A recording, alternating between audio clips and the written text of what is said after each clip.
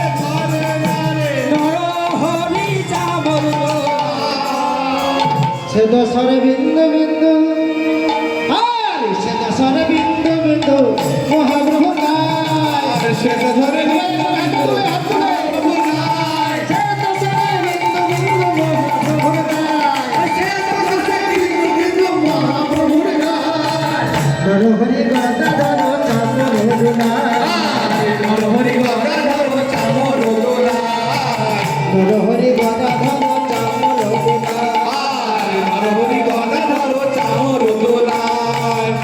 নরহরি গদাধর চামর দোলায় হরে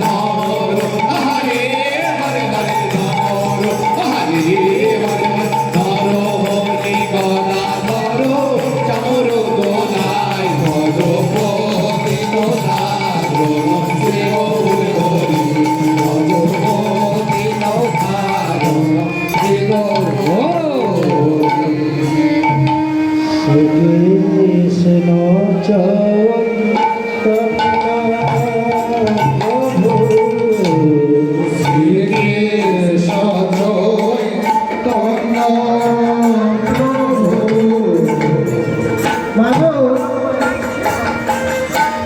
আজ থেকে 500-550 বছর আগে এই যে গানটি আমরা শ্রবণ করলাম পদকর্তা নরোত্তম দাস তিনি আমাদের মতো পরিহত জীবকে উদ্ধার করবার জন্য পদটিকে রচনা করে গিয়েছেন। তাই তিনি রচনা করে গেছেন, তাই আমরা গাইতে পারলাম এবং আমরা শ্রবণ করতে পারলাম। এই শ্রবণ করে যখন পদকর্তার নামটি আসে সেই অংশটাকে বলা হয় ধনিতা, অর্থাৎ যিনি গানটি রচনা করেছেন তেনার নাম। যখনই তেনার নাম আসে তখন এই গায়ক আর বাজিয়েদেরকে তেনার উদ্দেশ্যে পর একটু প্রণাম করতে হয়। দেখবেন গায়করা সবাই প্রণাম করে, কিন্তু মা আমরা গাইছি আপনারা শুনছেন, তিনি রচনা করে না যাবেন তাহলে তো আমরা শুনতে পারতাম না। তাহলে তেনার উদ্দেশ্যে সবাই একবার হাত জোর করবে, হাত জোর করে তেনাকে প্রণাম জানিয়ে তেনাকে শ্রদ্ধা জানাবেন। শ্রীকৃষ্ণ এইভাবে কৃষ্ণ প্রভু দাসের শ্রীকৃষ্ণ চৈতন্য প্রভু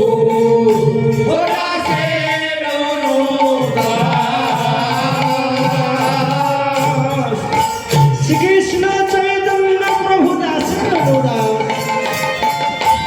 নরোত্তম দাস ঠাকুর আমার মহাপ্রভুর উদ্দেশ্যে কাঁদিছে আর বলছে, প্রভু আমি তোমার গান রচনা করব, তোমার চরণ ধুলি তোমার চরণ সেবা পাবো বলে। প্রভু তোমার কাছে আমার একটি অনুরোধ, তুমি যেন চরণ ছাড়া চরণ ছাড়া করো চরণ ছাড়া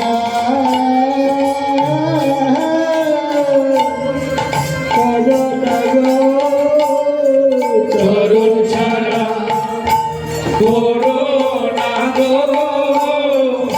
আমি তোমার ওই চরণে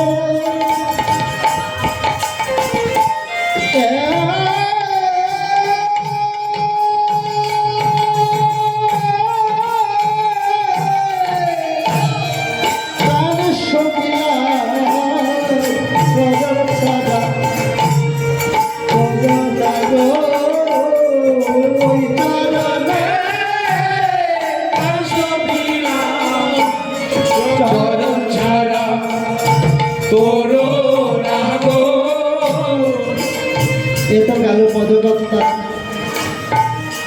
একজন অধম আপনাদের সম্মুখে দাঁড়িয়ে করে জোরে করে মিনতি করে গৌর হরির চরণে গৌর হরিবল হরিবল। গৌর হরির চরণে জানাচ্ছি এবং আমি আপনাদের চরণেও জানাচ্ছি কৃপা করে আপনারা কৃপা করে আমায় যেন চরণ ছাড়া চরণ ছাড়া চরণ ছাড়া